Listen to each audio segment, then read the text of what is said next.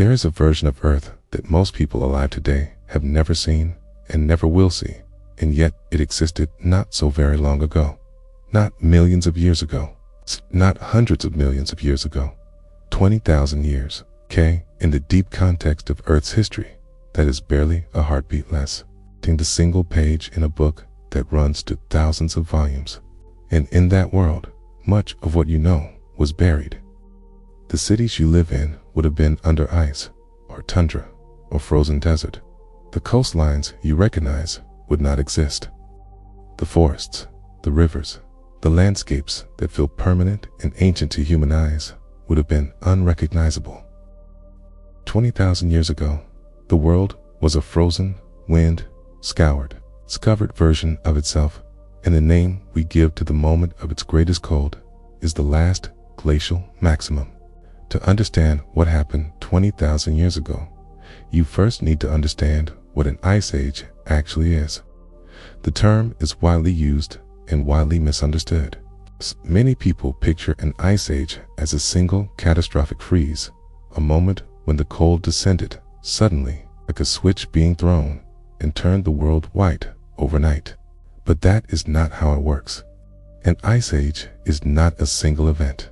It is a long, slow, rhythmic process that unfolds over tens of thousands of years, driven by subtle but relentless changes in the way Earth orbits the sun.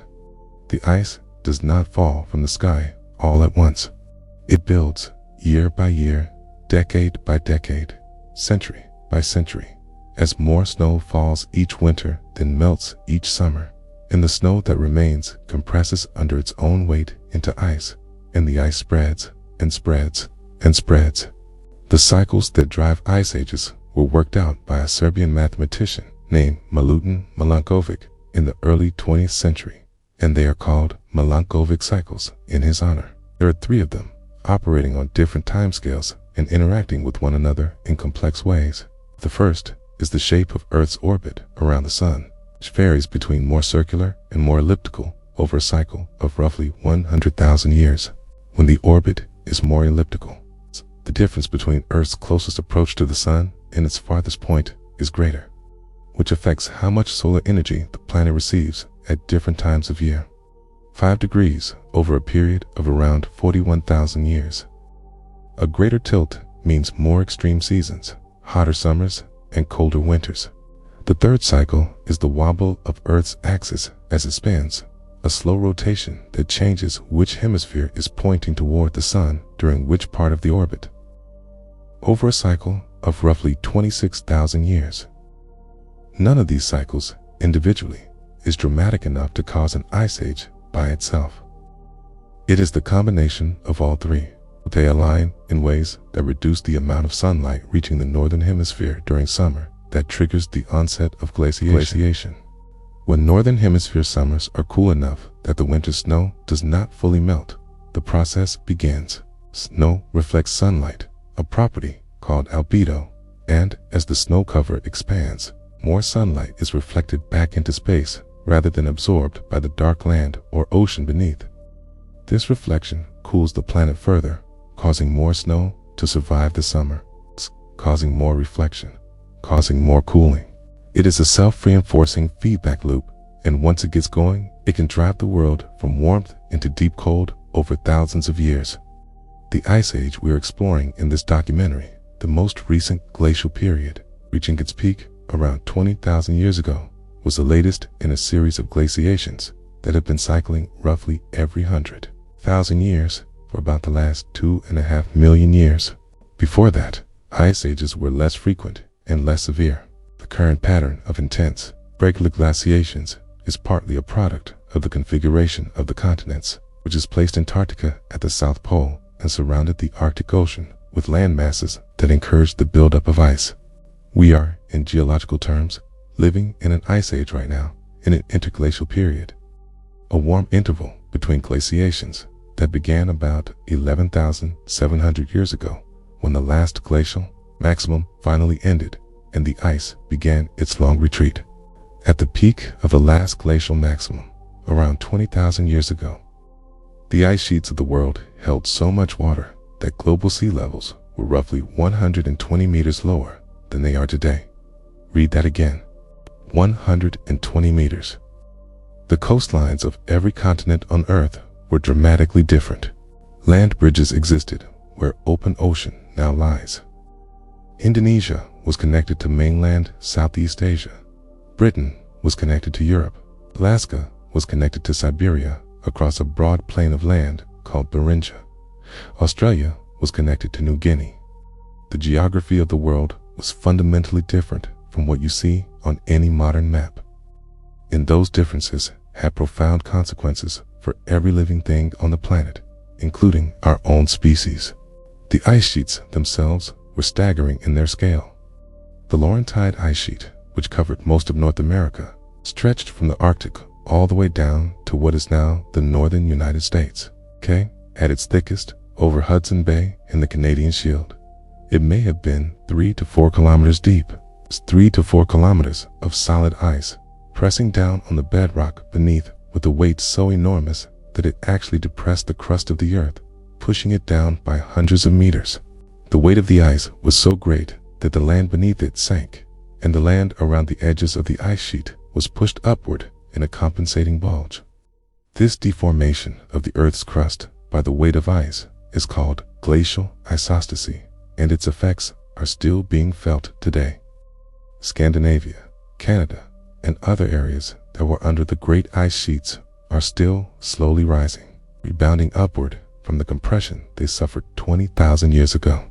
In Europe, the Fennoscandian ice sheet covered Scandinavia, Finland, and much of the British Isles and extended southward into Germany and Poland. The Alps were buried under their own independent ice caps. The Pyrenees were similarly glaciated. In Asia, the Siberian landscape was not under a continuous ice sheet in the same way the climate was too dry for the massive snowfall needed to build one, but it was subjected to intense cold, permafrost, extending thousands of meters deep into the ground, conditions so severe that they resemble nothing alive in the modern world. In the southern hemisphere, the Antarctic ice sheet was substantially larger than it is today, and the ice shelves that surrounded Antarctica extended much further into the Southern Ocean. The atmosphere of the last glacial maximum was also very different from what we breathe today. Carbon dioxide levels were roughly 180 to 200 parts per million, compared to over 420 parts per million today, and roughly 280 parts per million before the Industrial Revolution. This lower atmospheric carbon dioxide concentration was both a cause and a consequence of the cold. Cold oceans absorb more carbon dioxide from the atmosphere, and less carbon dioxide in the atmosphere produces less greenhouse warming, which helps maintain the cold.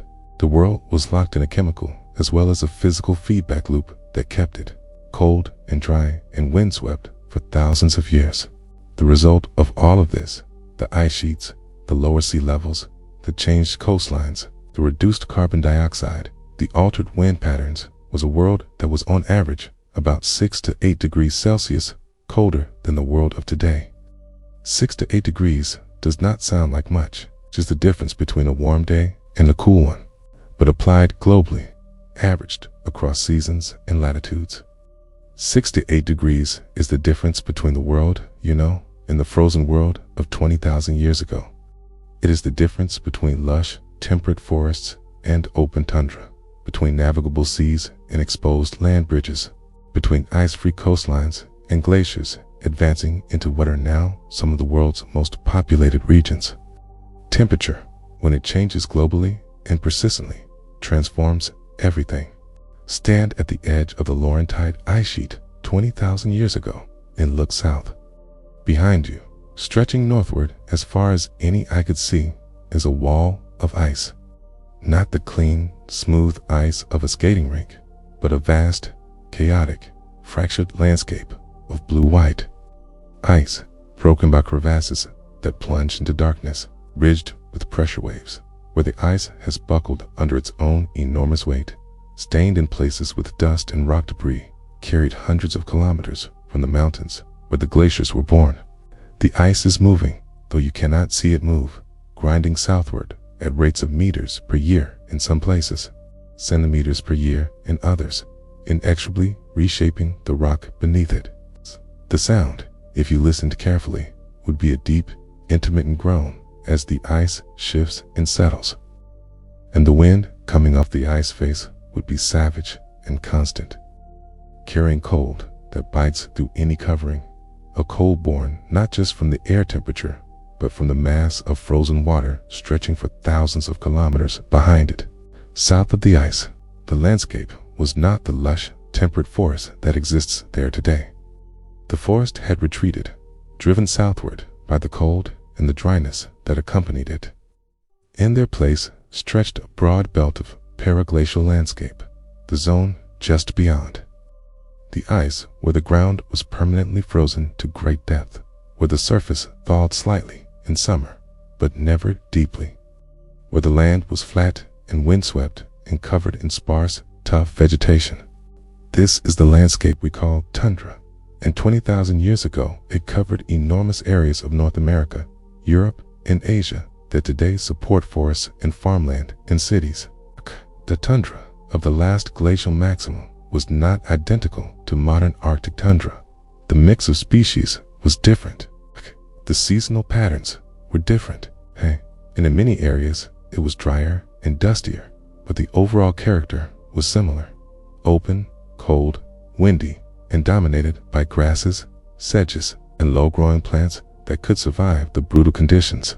Further south, below the tundra belt, the forests that had been pushed away from their former ranges had compressed into refugia, patches of suitable habitat where trees could still grow and where plant and animal communities had retreated to wait out the cold. In Europe, deciduous forests clung to sheltered valleys in southern France, Spain, and Italy. In North America, trees survived in the Appalachians, the Gulf Coast lowlands, and in unglaciated pockets of the Pacific Northwest. In East Asia, forest refugia persisted in the south and in sheltered coastal areas.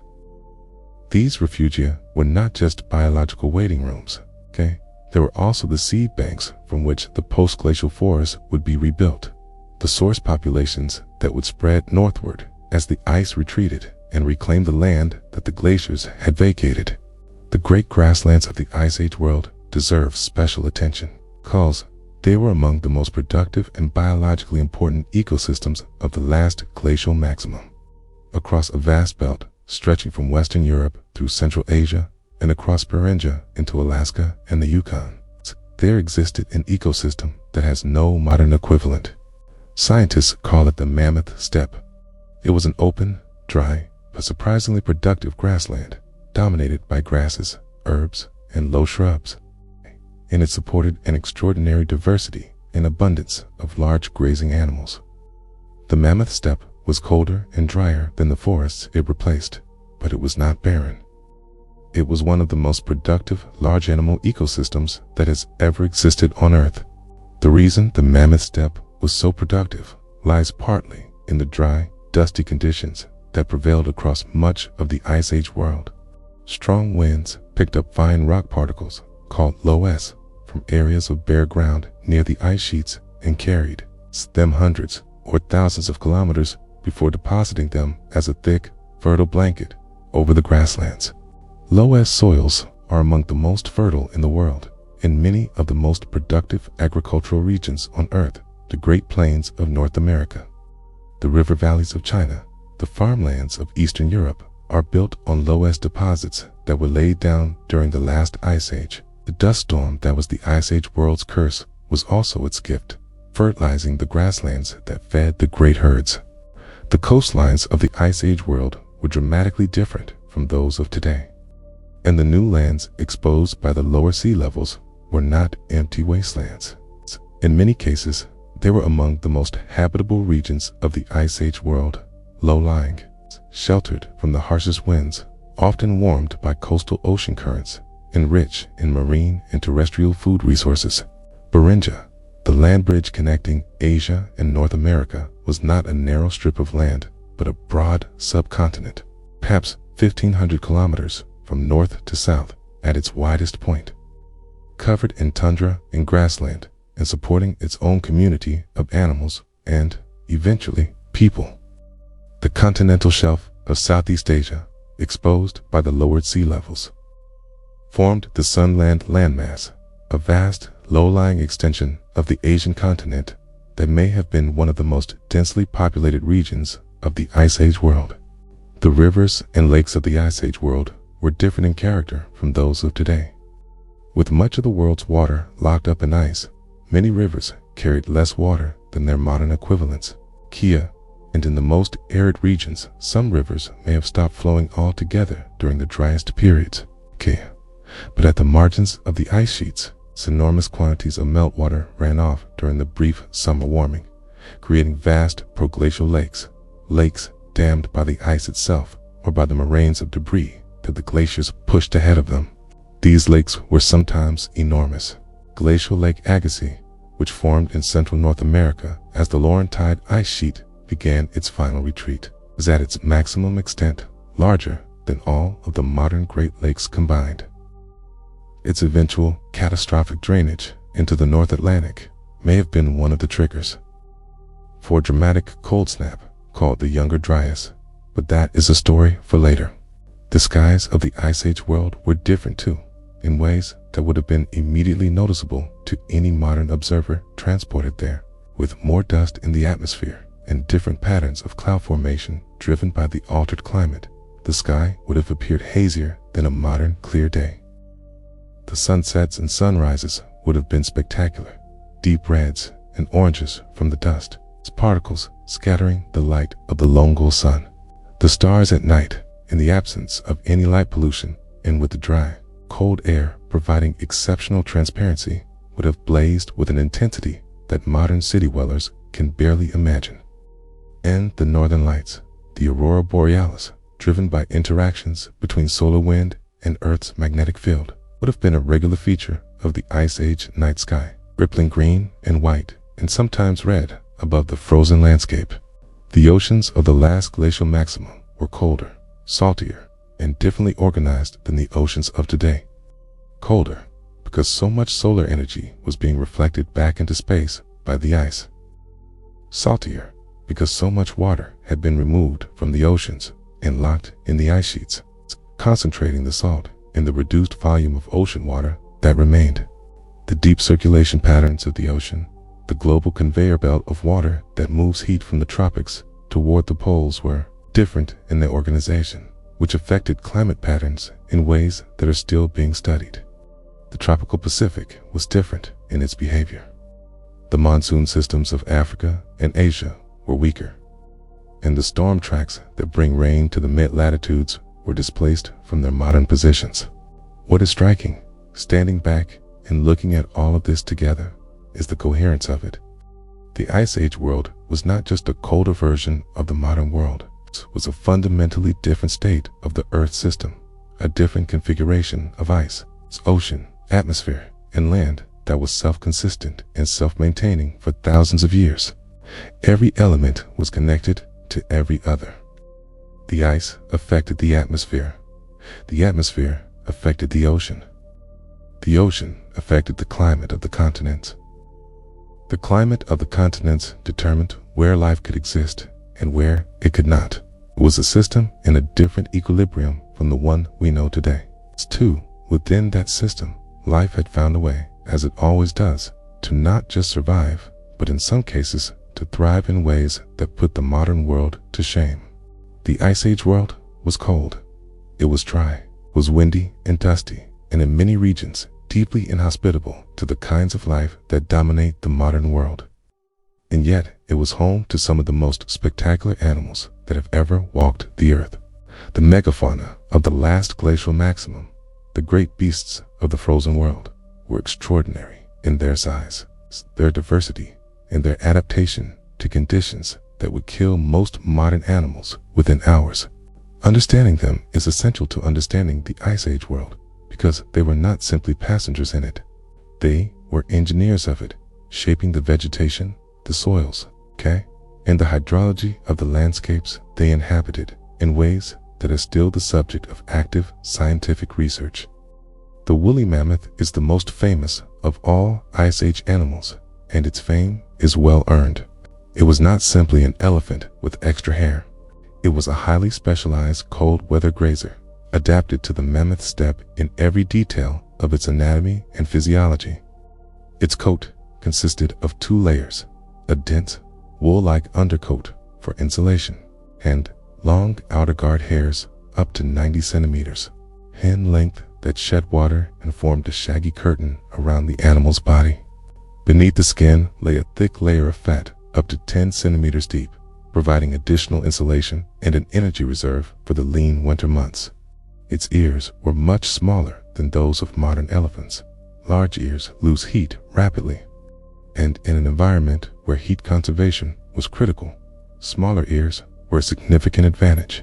The mammoth's teeth were another remarkable adaptation.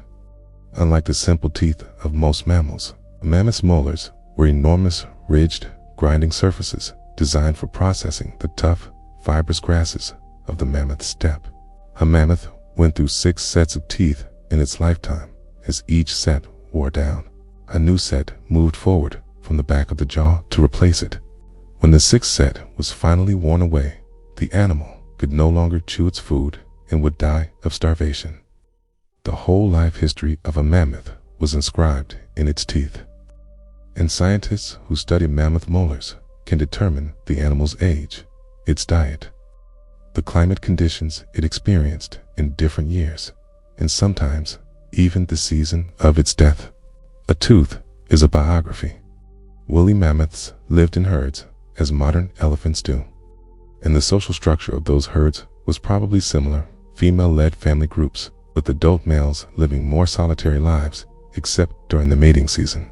Evidence from permafrost-preserved specimens, some so well preserved that their stomach contents, skin, hair, and even DNA can be analyzed, shows that mammoths ate a diet of grasses, sedges, herbs, and shrubs. Some specimens have been found with their last meals still in their stomachs, grasses clutched in their mouths or teeth, frozen at the moment of death with a completeness that is simultaneously extraordinary and heartbreaking. These are not abstractions. They are individuals, frozen in time, and studying them brings the Ice Age world into sharp and intimate focus. But the mammoth was far from the only large animal of the Ice Age world. The Woolly Rhinoceros, a heavily built, 2-horned rhinoceros covered in thick fur, shared the Mammoth Steppe across much of Eurasia, was a grazer and browser, using its large front horn to sweep snow aside to reach the vegetation beneath. Behavior inferred from the wear patterns on the horn in well-preserved specimens. Cave paintings made by Ice Age humans show the woolly rhinoceros with a reddish-brown coat, a humped neck, and proportions slightly different from any modern rhinoceros. It was a real animal, not a reconstruction, painted from life by people who saw it and hunted it, and clearly considered it significant enough to record on stone walls. North America had its own spectacular megafauna. The American mastodon was a relative of the elephant, stockier and more heavily built than the mammoth, with teeth better adapted for browsing on trees and shrubs than for grazing on grass. It lived in the forests and shrublands south of the ice sheet, in environments more forested than the open mammoth steppe of Eurasia. The Columbian mammoth, larger than the woolly mammoth, and without the heavy winter coat, adapted to the warmer, more temperate environments of the southern United States, roamed the plains alongside horses, camels, giant ground sloths, and glyptodonts. North America of 20,000 years ago looked, in its large animal diversity, more like modern Africa than modern North America. It was a continent of giants. The giant ground sloths of the Americas deserve a moment of particular attention, because they represent one of the most bizarre-looking large animals of the Ice Age world. Megatherium americanum, the largest species, could reach 6 meters in length and weigh up to 4 tons, making it comparable in size to a modern elephant. It walked on all fours, but could rear up on its hind legs to reach vegetation high in the trees, using its massive claws to pull branches within reach. Those claws, enormous, curved structures, nearly 30 centimeters long, were so large and robust that the animal could not place its feet flat on the ground. It walked on the outer edges of its feet, knuckle-walking like a gorilla, its claws folded inward to keep them from dragging on the ground. It was an animal so improbably constructed that if it were alive today, it would seem like a creature from a fantasy story. The predators of the Ice Age world were equally formidable. The cave lion, larger than any modern lion, without the mane of its African relative, and adapted to the cold climates of Eurasia, was one of the most widespread large predators of the last glacial maximum, its range extending from Europe across Siberia and into Alaska. The dire wolf of North America was larger and more heavily built than the modern gray wolf, with a more powerful bite suited to crushing bone. The American short-faced bear was among the largest terrestrial mammalian predators that has ever lived, long-legged and fast-moving. Built more like a giant hyena than a modern bear, capable of outrunning its prey over open ground. And the saber-tooth cats, particularly Smilodon fatalis in North America and its relatives in other parts of the world, brought the saber-tooth design of the ancient gorgonopsids back in a new form. Millions of years later, as evolution once again arrived at the same deadly solution. The relationship between the megafauna and their environment was not a passive one. These were not simply large animals grazing in a landscape that existed independently of them. They were active shapers of that landscape. Mammoths and woolly rhinoceroses, moving across the Mammoth Steppe in large numbers, grazed down the vegetation, disturbed the soil, created pathways and wallows, and in doing so, maintained the open grassland character of the steppe against the encroachment of shrubs and trees. This is the same process that African elephants perform in modern savanna ecosystems, the megafauna as ecosystem engineers, maintaining the habitat that supports them by the very act of living in it. Remove the animals and the landscape changes. The Mammoth Steppe was, in a very real sense, a mammoth-made world. The diversity and abundance of Ice Age megafauna was something that would have astonished a modern observer transported to that world. Standing on the Mammoth Steppe 20,000 years ago, you might see herds of horses, bison, mammoths, and reindeer stretching to the horizon. You might watch a cave lion stalking through the tall grass toward a group of woolly rhinos. You might hear the distant trumpeting of mammoths communicating across the open plain. This was a world full of large animals in a way that the modern world, outside of a few protected areas in Africa, simply is not. It was a richness of life that we have lost, that we are only beginning to understand through fossil evidence and the occasional miraculous preservation in permafrost. And it was a world that, at the time of the last glacial maximum, was about to encounter something it had never encountered before in all of its history. 20,000 years ago, human beings were already present on every continent except Antarctica. This is one of the most astonishing facts about the last glacial maximum, and it is easy to underestimate how remarkable it is for species, Homo sapiens, had emerged in Africa roughly 300,000 years ago and had been spreading across the world for tens of thousands of years before the ice reached its maximum extent.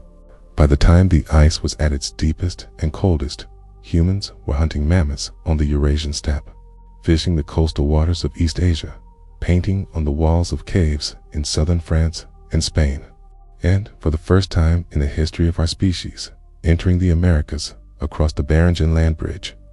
We were not victims of the Ice Age. We were its inhabitants, and in some ways, we were extraordinarily well adapted to it. The humans of the last glacial maximum were anatomically modern people, physically identical to us in every respect, with the same brain size, the same hand dexterity, the same capacity for language and abstract thought and complex social organization. They were not primitive. They were not brutish or simple. They, creative, adaptable people living in extraordinarily difficult conditions. And the solutions they developed to survive those conditions reveal minds as capable and inventive as any in later human history. The technology they used, their tools, their clothing, their shelters, their hunting strategies, was the product of thousands of years of accumulated knowledge passed down through generations, refined and improved by countless incremental innovations. Their clothing was one of their most critical technologies, and it was more sophisticated than most people imagine. They were not simply wrapping themselves in whole animal skins. They were cutting and sewing hide with bone needles and sinew thread, creating tailored garments that fit closely to the body and trapped warm air efficiently. The development of the eyed needle, a needle with a hole through which thread could be passed, was one of the most important technological innovations in human history, and it appears in the archaeological record at least 25,000 years ago. With this tool, Ice Age people could create multi-layered fitted clothing equivalent in insulating quality to modern cold weather gear. Evidence from the patterns of body lice, which live in clothing rather than on the body, suggests that tailored clothing may have been invented as long as 100,000 years ago, long before the last glacial maximum. Their shelters were equally impressive. In Eurasia, in regions where wood was scarce because the forests had retreated, Ice Age people built shelters from mammoth bones and tusks, using the large structural elements as frames over which hides were stretched to create insulated living spaces. Several such structures have been excavated in Ukraine and Russia, some containing hundreds of mammoth bones from dozens of individual animals. These were not temporary camps. They were substantial, semi-permanent dwellings that could have housed extended family groups through the long, brutal winters of the Ice Age steppe. The bones were sometimes arranged with evident care and skill, the tusks curved to form elegant arches above the doorways. These were not just functional structures. They were homes, built and maintained by people who were making a long-term commitment to living in one of the harshest environments on Earth. The hunting strategies of Ice Age people were sophisticated and highly effective. They hunted the full range of megafauna available in their environments: mammoths, woolly rhinoceroses, reindeer, horses, bison, cave bears, and dozens of other species. The stone tools of the Upper Paleolithic, the cultural period that spans roughly the last 50,000 years of the Paleolithic, were precisely crafted instruments of surprising effectiveness. Flint blades could be made sharp enough to cut through the thick hide of a mammoth. Spear points, hafted to wooden or bone shafts, could penetrate deep enough to reach vital organs. The spear thrower, an extension that effectively lengthened the hunter's arm and increased the force and range of a thrown spear, was a mechanical innovation that increased hunting effectiveness dramatically. And the bow and arrow, which may have been invented by 40,000 years ago in some regions, extended the range at which a hunter could strike prey to distances that no animal could anticipate or avoid. The evidence for organized, cooperative, big game hunting by Ice Age people is compelling. Mammoth bone deposits have been found in locations that appear to be kill sites rather than natural death accumulations. Places where many mammoths died together, with butchery marks on their bones, surrounded by the stone tools and food waste of the people who killed and processed them. Some sites suggest that hunters used natural features of the landscape, cliffs, river crossings, narrow valleys, to funnel large animals into positions where they could be killed in large numbers. This kind of strategic, coordinated hunting requires significant planning, communication, and social organization. It requires a human mind working with other human minds in pursuit of a shared goal. These were not individual hunters making opportunistic kills. They were organized groups executing complex strategies. The art of the Last Glacial Maximum is perhaps the most direct window we have into the minds of the people who lived through it. The cave paintings of France and Spain, Lascaux, Chauvet, Altamira, and dozens of other sites were created during the height of the last Ice Age, between roughly 35,000 and 15,000 years ago.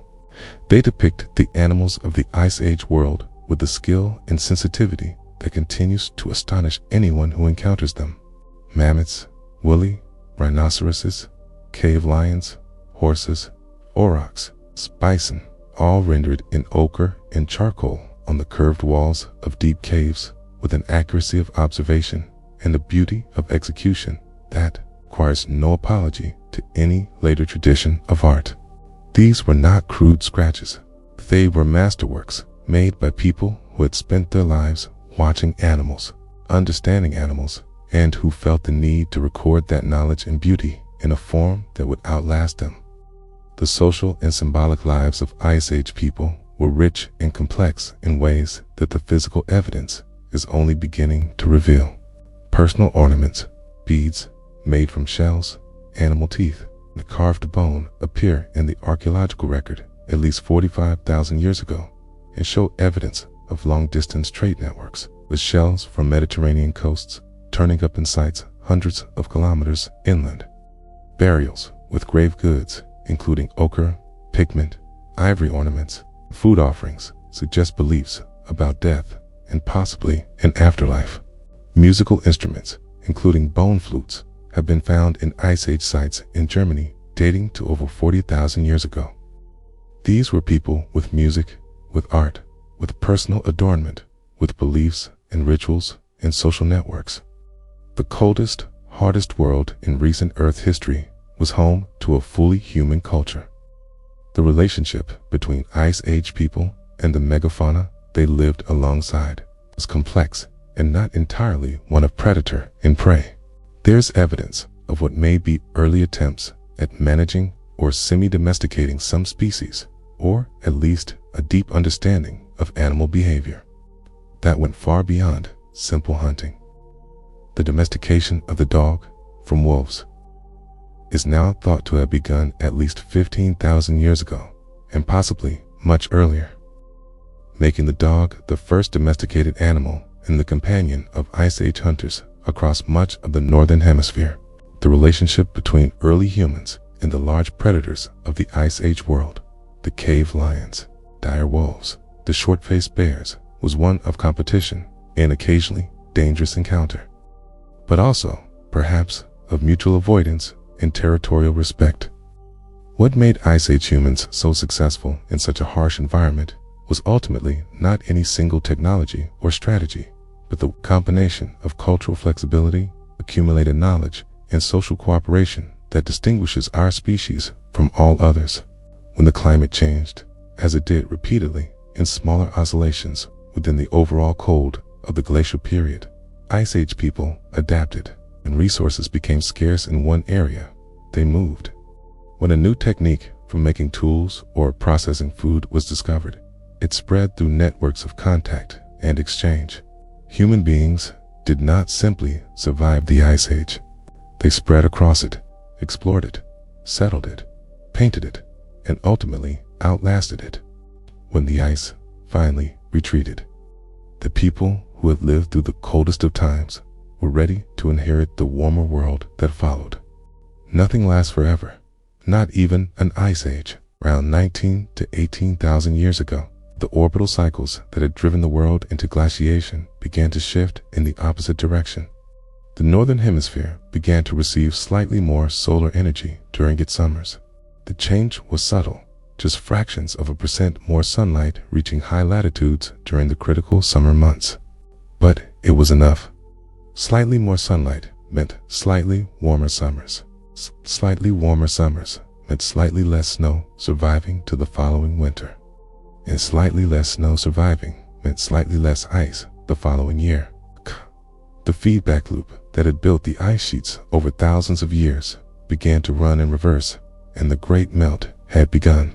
The deglaciation, the period of ice retreat from its maximum extent back to the minimal ice cover of the modern world, was not smooth or steady. It was interrupted repeatedly by cold reversals, periods when the warming temporarily stalled or even reversed and the ice briefly re-advanced.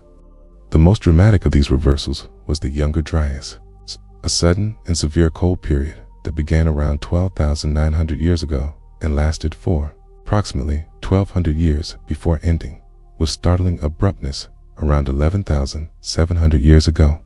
The Younger Dryas is one of the most studied intervals in the entire climate record. Its cause and its mechanisms illuminate how the climate system can flip between different states with alarming speed. The leading explanation for the Younger Dryas involves the enormous glacial lakes that had formed at the margins of the retreating Laurentide ice sheet. As the ice melted, the meltwater could not flow north through the still frozen landscape. Instead, it pooled in vast lakes dammed by ice and moraines along the southern margin of the ice sheet. Glacial Lake Agassiz, the largest of these, held a volume of water comparable to several modern Great Lakes combined. When the ice dam holding this water back finally failed catastrophically, suddenly an enormous pulse of cold, fresh water flooded into the North Atlantic Ocean. Fresh water is less dense than salt water, and this sudden influx of cold, fresh water disrupted the ocean circulation pattern that carried warm water northward from the tropics. When that circulation slowed or stopped, the warming northern hemisphere plunged back into near glacial conditions almost overnight. In geological terms, the Younger Dryas ended just as suddenly as it began. Around 11,700 years ago, temperatures in the Greenland ice core record, which preserves a remarkably detailed account of past climate, jumped by roughly 10 degrees Celsius within a few decades. The transition from full Younger Dryas cold to something approaching modern warmth happened within a human lifetime. Or perhaps two. The ocean circulation restarted. The ice resumed its retreat. The forests began to advance northward again. And the world began its transformation into something that, the first time in 20,000 years, started to look recognizably like the world we know today. The melting of the great ice sheets had consequences that reshaped the physical world in profound and lasting ways. The most obvious was the rise of sea levels. As the water locked in the ice returned to the oceans, sea levels rose, not steadily, but in a series of pulses, some of them quite rapid. 8. At certain points during the deglaciation, sea levels may have risen by several meters per century, fast enough that coastal landscapes were inundated within living memory.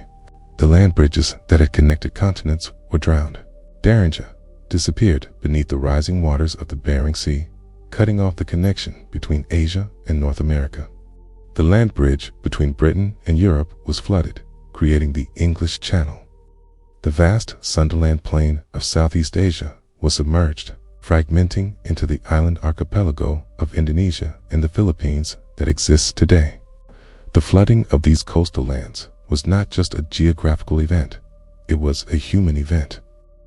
The people who had lived on these lowlands, who had built their camps and hunted the game and fished the shores of these now vanished landscapes, had to move as the water rose around them. Some scholars believe that the collective memory of these inundations, dramatic, terrifying floods that consumed land and drove communities from their homes, may be preserved in the flood myths that appear in the oral traditions of cultures around the world. The story of a great flood that drowned the world is found in Mesopotamia, in the Bible, in the traditions of indigenous peoples from Australia to the Americas. These stories are too widely distributed and too consistent in their core elements to be entirely coincidental. They may carry, encoded in narrative form, the memory of what it was like when the Ice Age ended and the seas rose, and the world that people had known was swallowed by water. The melting of the ice also released the crust from the enormous weight it had been carrying. As the kilometers-thick ice sheets disappeared, the bedrock beneath them slowly began to rebound upward in the process called isostatic rebound. This rebound was not instantaneous. The mantle rock beneath the crust is viscous and flows slowly even under enormous forces, and it is still continuing today. Scandinavia is currently rising at rates of up to 8 millimeters per year, more than 20,000 years after the ice that weighed it down disappeared. The Baltic Sea was, for a period after the ice retreated, partly a freshwater lake rather than an arm of the ocean, because the land around it had been pushed so far down by the ice that it sat below sea level in some areas even after the ice was gone, only gradually rising to its current configuration. The vegetation of the northern hemisphere reorganized itself as the ice retreated, but not in a simple way. Different plant species spread northward at different rates, limited by their seed dispersal mechanisms, their soil requirements, and the availability of the animal partners, insects, birds, and mammals that they depended on for pollination and seed dispersal.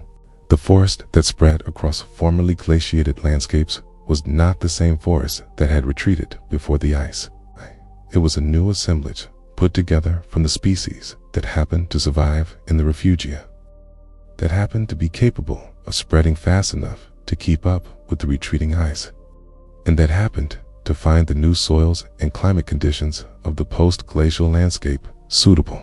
The forests of Europe, North America, and Asia today bear the imprint of the last glacial maximum in their species composition and distribution, shaped by where the trees could hide when the cold was at its worst, and how quickly they could reclaim their territory when the warmth returned.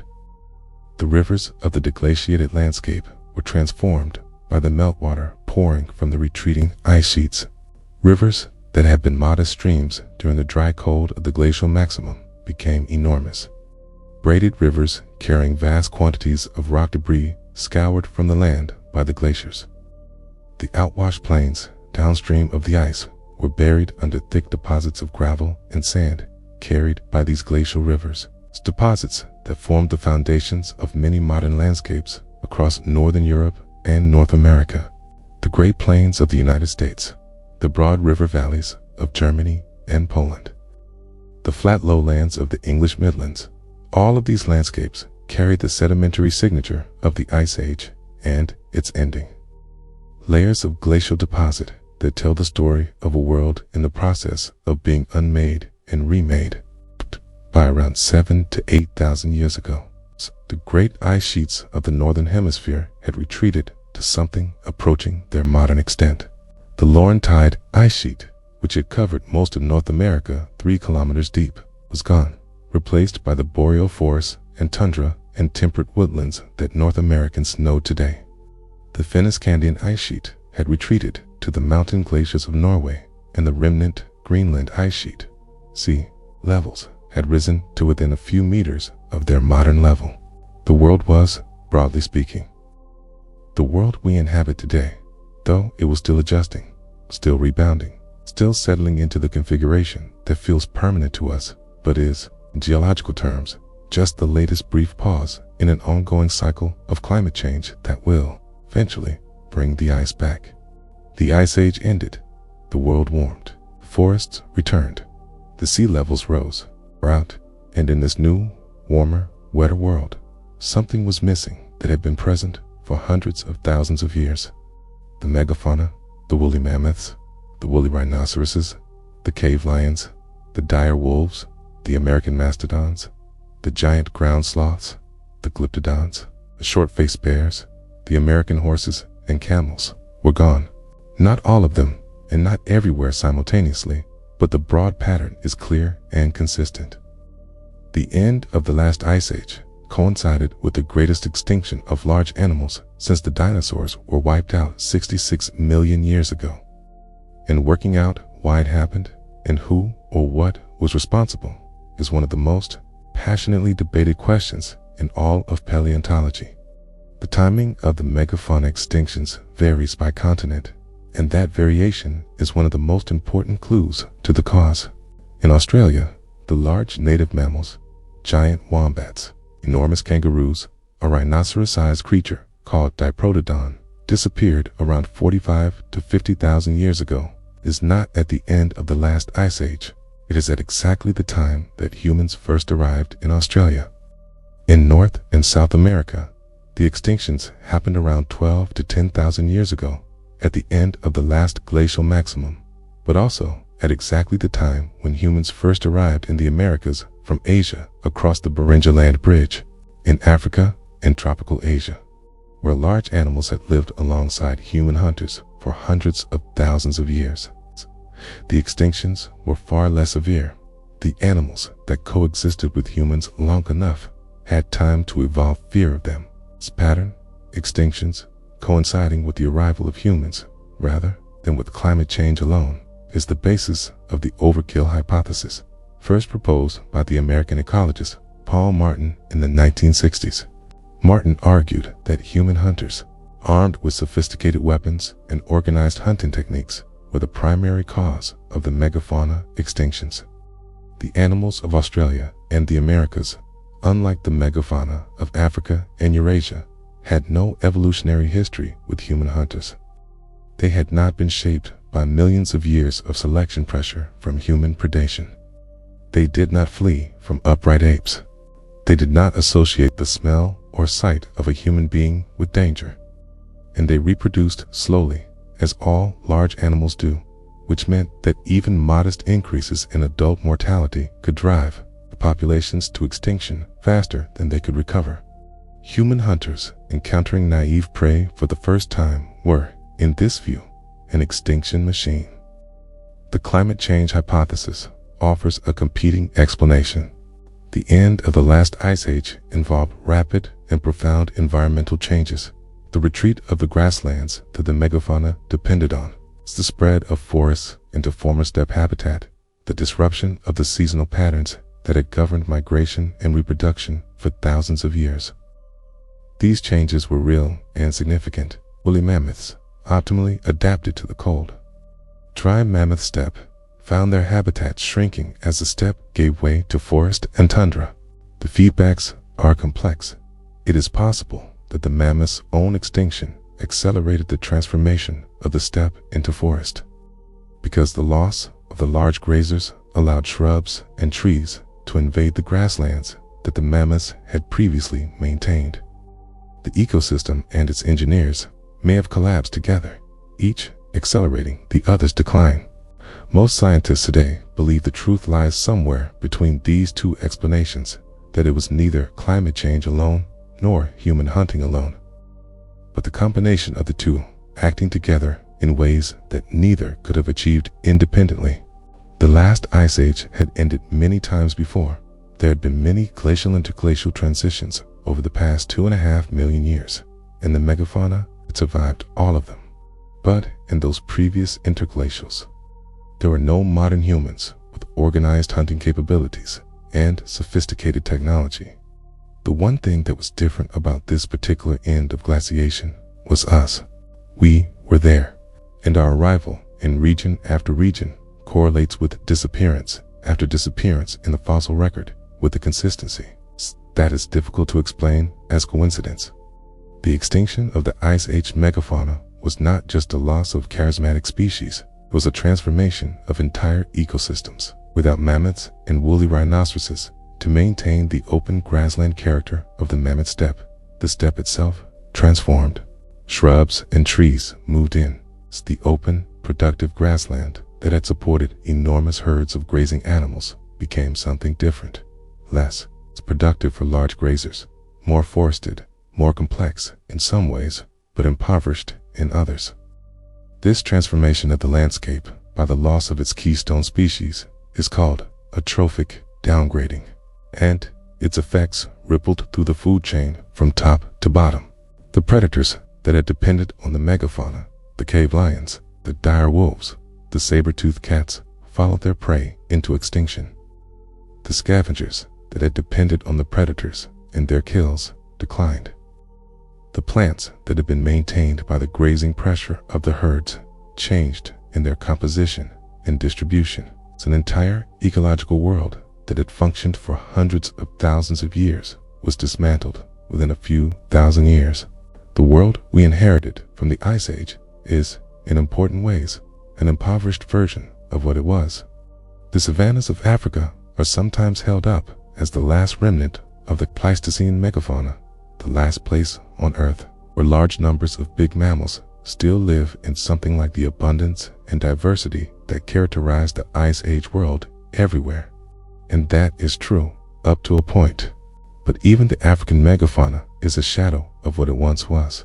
Africa itself lost many of its large species at the end of the Pleistocene, including giant versions of many living species. What remains in East Africa today is magnificent, but it is a diminished version of a world that was once richer still. Some scientists and conservationists have proposed that the best way to restore some of what was lost is to bring it back, not through time travel, but through ecological substitution and, eventually, through de-extinction. The Pleistocene Park project in Siberia has been attempting for decades to restore something like the Mammoth Steppe ecosystem by introducing large grazing animals, horses, bison, musk, oxen, to areas of Siberian tundra, with the goal of recreating the grazing pressure that maintained the grassland against the encroachment of shrubs and trees. The results so far are promising in some respects and limited in others. What is needed, the project's founders argue, is the mammoth itself, the keystone species whose grazing and trampling behavior was most critical to maintaining the steppe ecosystem. And the mammoth may be coming back. Research into the genetics of woolly mammoths made possible by the extraordinary preservation of DNA in permafrost specimens has advanced to the point where several companies and research groups are working toward the goal of creating a mammoth or mammoth-like creature through genetic editing of the Asian elephant genome. The Asian elephant is the mammoth's closest living relative, sharing roughly 99.6% of its DNA. By introducing the key mammoth genes, those responsible for the cold-adapted hemoglobin, the thick hair, the fat deposits, the smaller ears, into the elephant genome, scientists hope to create an animal capable of surviving in the Siberian cold and playing the ecological role that the mammoth played for hundreds of thousands of years. Whether this constitutes genuine de-extinction or the creation of a new animal is a philosophical question. Whether it is wise, ethical, and practically achievable is a set of questions that scientists, philosophers, and the public are only beginning to grapple with. The Ice Age shaped us as profoundly as it shaped the mammoths and the cave lions. Our species was forged in the cold, in the challenging, resource-scarce environments of the glacial world. Natural selection favored the cognitive and social capabilities that make us what we are. The need to hunt large animals required planning, communication, and cooperation. The need to survive winters of extraordinary severity required technological innovation in the accumulation and transmission of knowledge across generations. The migrations that the Ice Age forced upon our ancestors, the movements across Beringia, the island hopping into Australia, spread across Europe and Asia, created the geographic and genetic diversity of the modern human species. We are, in our bodies, in our minds, in our cultural inheritance, creatures of the Ice Age. Its end made the world we live in. Its lessons remain essential. We stand today at a moment when the understanding of past climate change has never been more urgent or more relevant. The ice cores drilled from the Greenland and Antarctic ice sheets preserve a detailed record of atmospheric chemistry and temperature going back 800,000 years through 8 complete glacial cycles. They show us with extraordinary clarity how the climate system responds to changes in greenhouse gas concentrations, how carbon dioxide levels and temperature have tracked each other through the ice ages, rising and falling together in a tight embrace that leaves no doubt about the relationship between atmospheric chemistry and global temperature. The Ice Age record is not just history, it is a warning and a guide. The world has been very different from what we know. It can be very different again. The forces that change it, whether they operate on the timescale of Milankovitch cycles or on the timescale of industrial emissions, are indifferent to human comfort, human civilization, or human survival. The ice buried the world once. The choices we make today will determine what buries it next.